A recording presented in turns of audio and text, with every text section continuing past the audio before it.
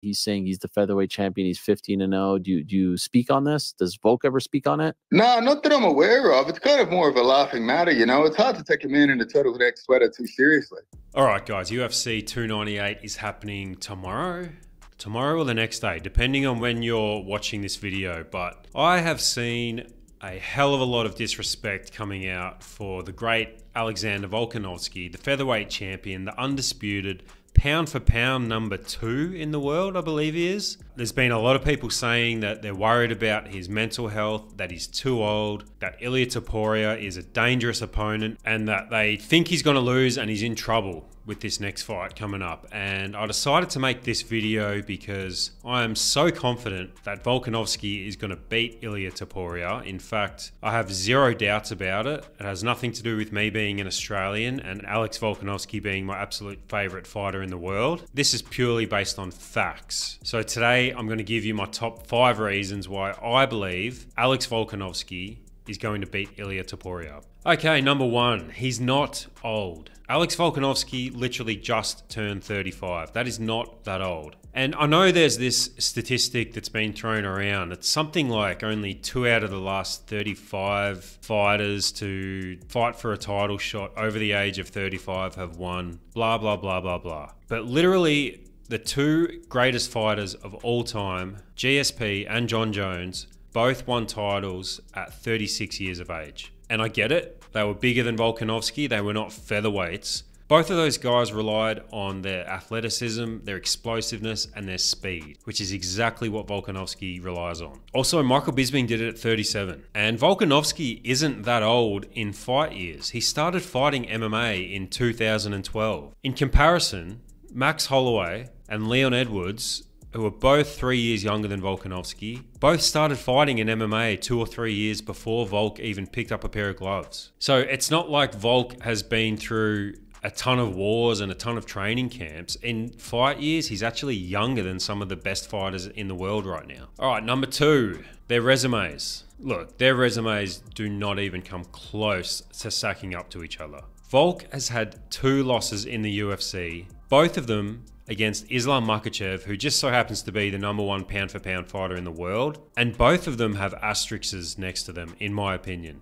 The first one, I think you could argue he won. I think a lot of people saw him winning that fight. And the second one, he took on 11 days notice. Not to mention, he was fighting a sucked in 170 pounder. Islam is a huge 155er and Volk went up to fight him. And Volkanovski's title run has been an absolute murderer's row of either former champions or title contenders, including guys like Chad Mendes, Jose Aldo, Max Holloway, Brian Ortega, Islam Makhachev. Like, the list goes on and on and on. The amount of talent this guy has fought against compared to Ilia Topuria, whose biggest win was against Josh Emmett. No offense to Josh Emmett, he's a pretty good fighter, but he ain't stacking up against any of those guys. The only reason Ilia Topuria is not fighting Max Holloway right now is because Alex pleaded with Dana White to not feed him to Holloway because he wanted a fresh contender. He knew that Holloway would beat Ilia Topuria, that would ruin his unbeaten record, and he wouldn't have a new contender. He literally did him a favour. Volkanovski has run out of worthy opponents,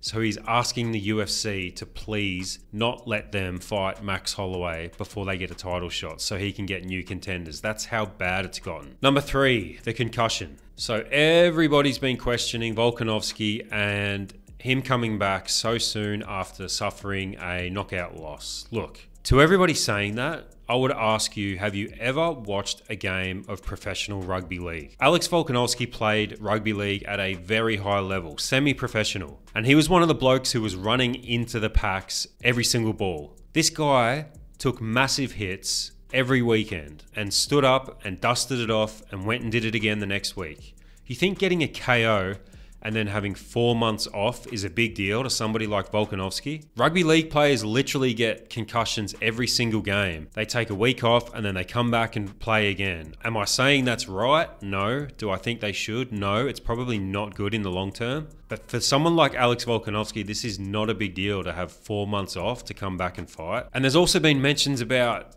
Volk's mental state, what he said after the fight about him doing his head in when he wasn't in camp. In my opinion, he should have never even been interviewed. You shouldn't be interviewing guys who have been KO'd. If anybody has had a concussion or been knocked out, you would know that you go through an emotional roller coaster. Your emotions are running high and low. He would have gone through a deep depression right after that. I wouldn't be surprised if he was in his hotel room crying. Then the next day he would have been super happy. Then he would have been really depressed again.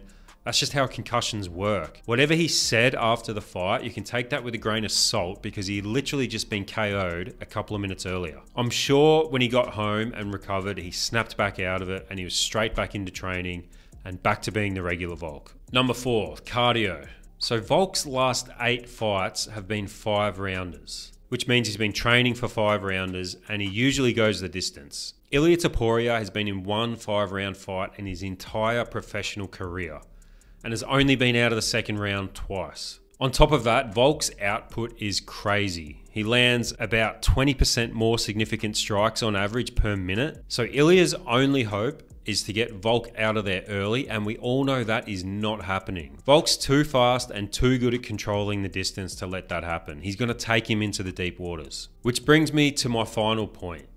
Volkanovski is not getting submitted. No neck versus turtleneck. Do you really think a former professional rugby league player is going to get submitted by a guy who walks around wearing a turtleneck sweater, drinking red wine, driving an Aston Martin like he's James Bond? He's saying he's the featherweight champion. He's 15-0. Do you speak on this? Does Volk ever speak on it? No, not that I'm aware of. It's kind of more of a laughing matter, you know. It's hard to take a man in a turtleneck sweater too seriously. Obviously, I'm sort of joking about that one, but I'm sort of not joking either. Volk literally is a bowling ball sitting on top of a ball of muscle. He has no neck. Brian Ortega had him in one of the tightest guillotines we've ever seen, and he got out of it. He also got him in a triangle, which is what Brian Ortega is known for. Couldn't get him in that either. You literally cannot submit Volkanovski because he has no neck. He has never been submitted in his professional MMA career. Now, Topuria is a pretty good grappler, but Volkanovski's grappling coach is Craig Jones. And Craig Jones was quoted as saying he thinks Volkanovski is pound for pound the strongest man he's ever grappled against, which is saying a lot. The guy used to weigh 230 pounds and he's shrunk down to a 145er. You're not going to submit him. So exactly how is Ilia Topuria supposed to win this fight? With his boxing? I don't think so. With his cardio? No.